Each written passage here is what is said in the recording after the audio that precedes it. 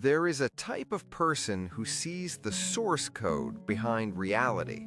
While others see a conversation, they see the subtle exchange of emotional data, the hidden agendas, the echoes of past traumas playing out in real time. They don't just hear the words, they parse the subtext, the hesitation, the silence that speaks volumes. To them, a simple disagreement at work isn't just a conflict between two people. It's a symptom of a larger, flawed system they can't help but trace back to its origin. They replay conversations in their mind, not out of anxiety, but to understand the intricate machinery of human connection. They are searching for the root cause, the fundamental principle, the single line of code that explains the glitch. Their outer world can be quiet, still, and observant. But their inner world is a relentless engine of analysis, connecting disparate ideas across time and space. They see the threads that link a historical event to a modern-day political crisis. They feel the philosophical weight in a line from a pop song. They don't just experience moments, they deconstruct them. You don't pause because you're slow. You pause because you're running 5 different scenarios in your head at once.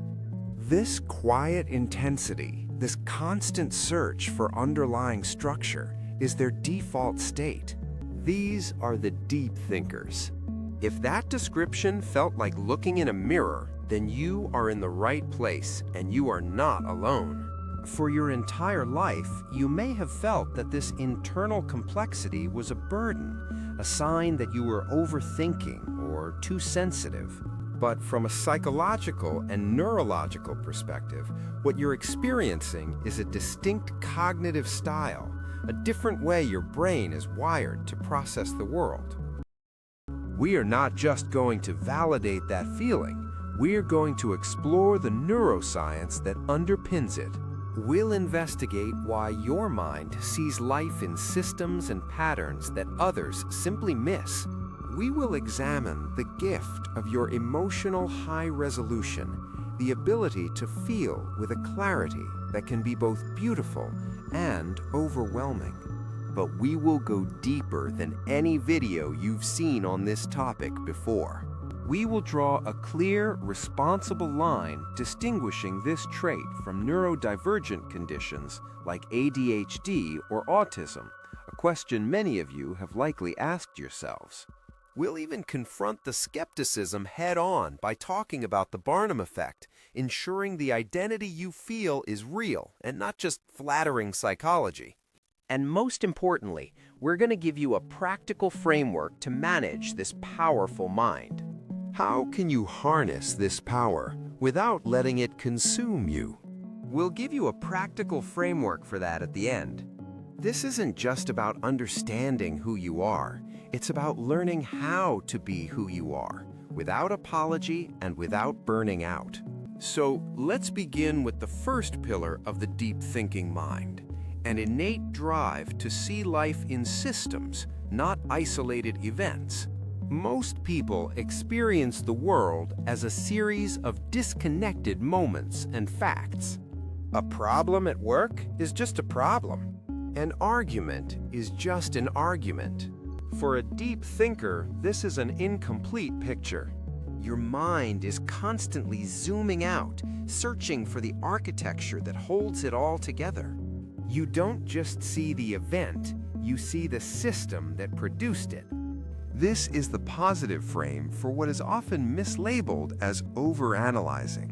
It is a profound gift for insight and creativity. It's why you are an exceptional problem solver, able to diagnose issues that others can't even see. While your colleagues are putting a bandage on a symptom, you're rewriting the flawed protocol that caused it in the first place. Let's take a simple workplace disagreement. A manager, Sarah, gets frustrated with an employee, Mark, for missing a deadline. Most people see this as a personal failure or a communication breakdown. But a deep thinker on that team sees something else entirely. They see that Mark's onboarding process was rushed, leaving him unclear on key procedures. They see that the company's incentive structure rewards speed over quality, creating inevitable pressure to cut corners. They see that Sarah is stressed by unrealistic quarterly targets set by leadership. The argument isn't about Sarah and Mark. It's a predictable outcome of a poorly designed system. But here is the social consequence. This ability can be paralyzing. While you are mentally mapping out this entire ecosystem of cause and effect, the conversation has moved on. You are ready to offer a profound insight into the root cause, but the group has already settled on a superficial solution and is now talking about lunch. This friction leads to a feeling of isolation, of being out of sync with the world. You learn to stay quiet, not because you have nothing to say, but because you have too much to say, and it feels like no one has the time to listen. From a psychological perspective, we can legitimize this with a concept called cognitive unbinding. This is the brain's ability to take established concepts, break them down into their fundamental components, and then recombine them in new and unexpected ways. It's the engine of both genius-level innovation and the feeling that you are constantly deconstructing reality. Most people are reading the chapter. You're reading the footnotes, the index, and the author's biography all at the same time. This unbinding is your superpower, but it demands significant mental energy. Understanding this is the first step to mastering it. But let's pause here. This leads us to the second pillar, which is intertwined with the first, the burden of emotional depth. For a deep thinker, emotions aren't blunt instruments. They are experienced in extremely high resolution. You don't just feel sad, you feel a specific vintage of melancholy, with notes of nostalgia, a hint of philosophical resignation, and an aftertaste of shared human struggle. Others experience emotion in primary colors. You experience it with a Pantone chart of infinite shades. Positively, this is the wellspring of profound empathy. It's what allows you to form incredibly strong, authentic bonds with the few people who can meet you at that depth. You don't just sympathize with a friend's pain, you can almost model it in your own mind, understanding its texture, its weight, its history. You offer a level of understanding that is rare and deeply healing for those who receive it. However, the social consequence is immense. You are often told you are too sensitive or that you are overreacting. A small, offhand comment isn't just a comment to you. It's a data point. Your mind automatically analyzes its origin, its potential meanings, its implications for your relationship with that person. For a deep thinker, a small inconsistency isn't just a detail, it's a crack in the foundation of reality. What others forget in 5 seconds can become a philosophical treatise in your mind, occupying your thoughts for days as you try to integrate it into your model of the world. Consider watching a film. For many, it's entertainment. For you, it can be a genuine emotional and philosophical event. You don't just root for the hero, you analyze the villain's tragic backstory, questioning if their evil is a choice or an inevitability of their circumstances. You leave the theater feeling the weight of the film's themes, debating its moral calculus, feeling a real sense of grief for a fictional character. The experience is not passive. It is an active process of emotional and intellectual engagement. This isn't a flaw. We can legitimize this by linking it to a concept known as depth of processing. Research suggests that certain individuals encode experiences with far more semantic and emotional richness. Your brain doesn't just store the what of a memory. It meticulously tags it with the how it felt, what it symbolized, and how it connects to everything else.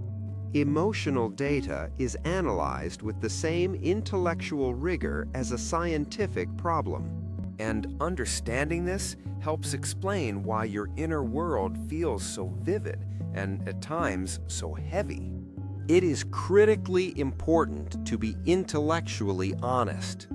As you listen, a part of your mind might be asking, is this just a flattering label for something else? Doesn't everyone feel this way sometimes?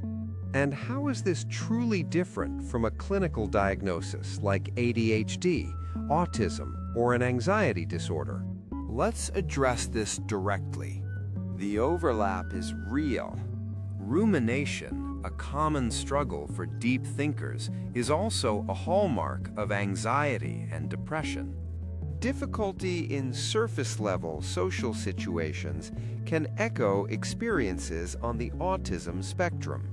A mind that jumps between dozens of connected ideas can feel like the racing thoughts of ADHD. Acknowledging this is not a weakness in the concept, it's a strength. It shows we're dealing with real human experience, not a simplistic label. Here is the crucial differentiation. For the most part, clinical conditions like ADHD are defined by challenges in executive functioning, which is the brain's ability to regulate attention, organize, and execute tasks. Autism spectrum conditions involve fundamental differences in neurological processing, particularly in social communication and sensory input. Deep thinking, on the other hand, is best understood as a cognitive style. It's not about a deficit in function, but a preference in processing. It's a different setting on the same hardware. This brings us to the Barnum effect, the psychological phenomenon where people accept vague and general personality descriptions as uniquely applicable to themselves. You might be thinking, doesn't everyone reflect on their life? Doesn't everyone want meaning? To some extent, yes. But here is the distinction that matters. For most people, deep analytical introspection is a state they enter occasionally, perhaps after a major life event or when watching a thought-provoking film. For the deep thinker, this is not an occasional mode. It is the default operating system. It is the baseline from which you operate every single day. Here's a new analogy to make it clear. Many people can swim. They can go to the beach, enjoy the water, and then return to land, which is their primary environment. A deep thinker is like a marine biologist who lives in an underwater habitat. The water isn't a place they visit, it's their native environment. The pressure, the currents, the intricate ecosystem. This is where their mind is built to exist. It's the constant, not the exception. And this creates a fundamental friction with the world we live in. We exist in a society that is, for the most part, built for land dwellers. Our culture overwhelmingly rewards speed, confident assertions, and moving on quickly. The motto is fail fast. Good enough is the new perfect. Don't overthink it. Value is placed on quick answers, not good questions. The person who speaks first and loudest is often perceived as the most competent, regardless of the quality of their idea. This is in direct opposition to the core values of a deep thinker. You value nuance over certainty. You value careful consideration over speed. You value getting it right over being first.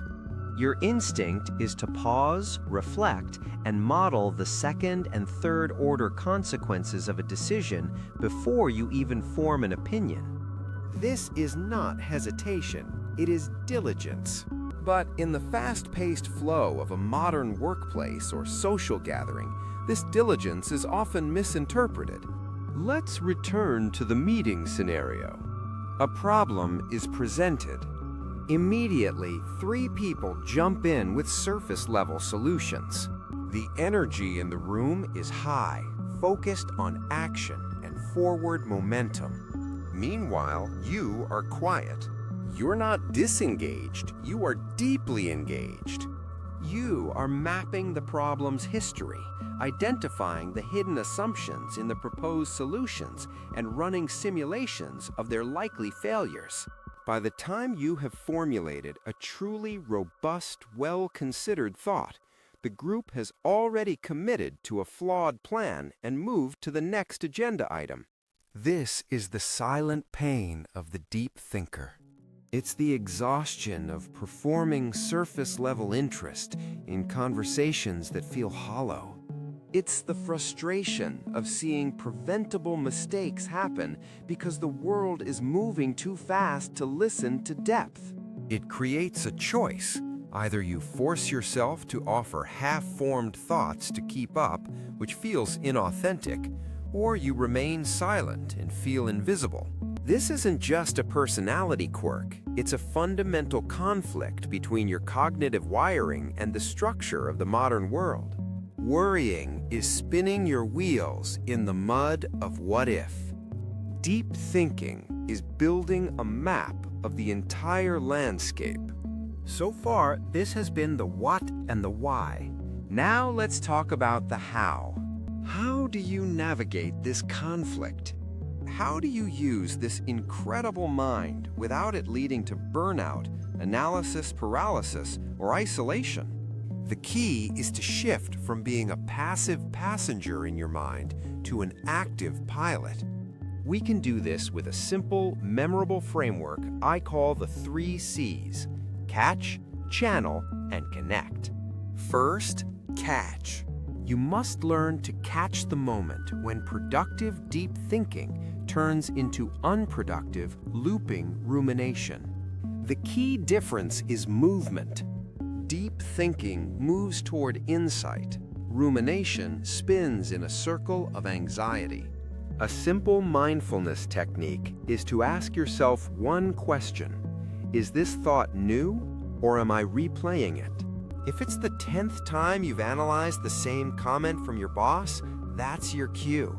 Visualize a stop sign in your mind. Acknowledge the thought with a phrase like, "Hello, rumination, I see you," and then gently refuse to engage further. You are catching the pattern before it drains you. Second, channel. Your mind generates a tremendous amount of cognitive energy. If it's not given a productive outlet, it will turn inward and create chaos. You must intentionally channel it. Schedule 20 minutes of dedicated thinking time each day. During this time, you are allowed to let your mind go wherever it wants. Use a journal as an external hard drive for your thoughts. Start a creative project such as writing, coding, painting, or music that requires the complex, system-level thinking you excel at. By giving your depth a job to do, you prevent it from turning on itself. Third, connect. The biggest frustration is the gap between your thoughts and your ability to express them in a fast-moving world. You need communication strategies to bridge this gap. Instead of staying silent, arm yourself with social scripts. Phrases like, "That's a great point. Let me think on that for a moment to give it the attention it deserves." This buys you time while signaling respect. Or try, "My initial thought is X, but I'm also considering the implications for Y and Z." This allows you to share your process, showing the depth of your thinking instead of just waiting for a perfect conclusion. You are translating your inner world for an audience that speaks a different language. Exploring these questions, the why behind who we are, is the entire purpose of this channel. We believe that life's richness is found in its complexity. This is a space for exploring those deeper questions about the human mind. If you believe the unexamined life isn't worth living, you're in the right place. So, we have journeyed through the architecture of the deep thinking mind.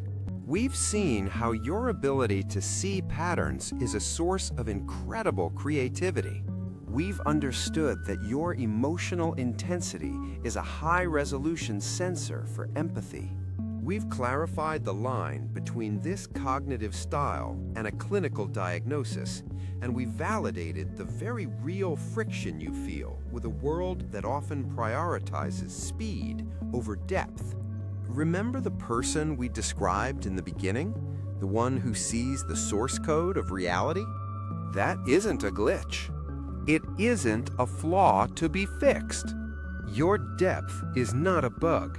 It's the most advanced feature of your operating system. In a world of snap judgments and surface-level takes, your mind is a powerful instrument for clarity and wisdom. So do not apologize for the pause before you speak. It is the space where wisdom is forged. Do not resent your sensitivity. It is the lens through which you perceive truths that others miss. The world needs fewer fast answers and more good questions. Your ability to ask them is not a burden. It is a gift, and perhaps even a responsibility. Stop seeing your mind as a liability and start seeing it as an asset. You were not built for the shallow end of the pool. You were built for the deep. In a world drowning in information, depth is its own form of clarity. I'm genuinely curious to hear your own experience with this. Share one moment where you felt your deep thinking was either a burden or a gift in the comments below. This is a space for our kind of people, and reading the shared experiences is a powerful reminder that you are not alone. Thank you for thinking with me.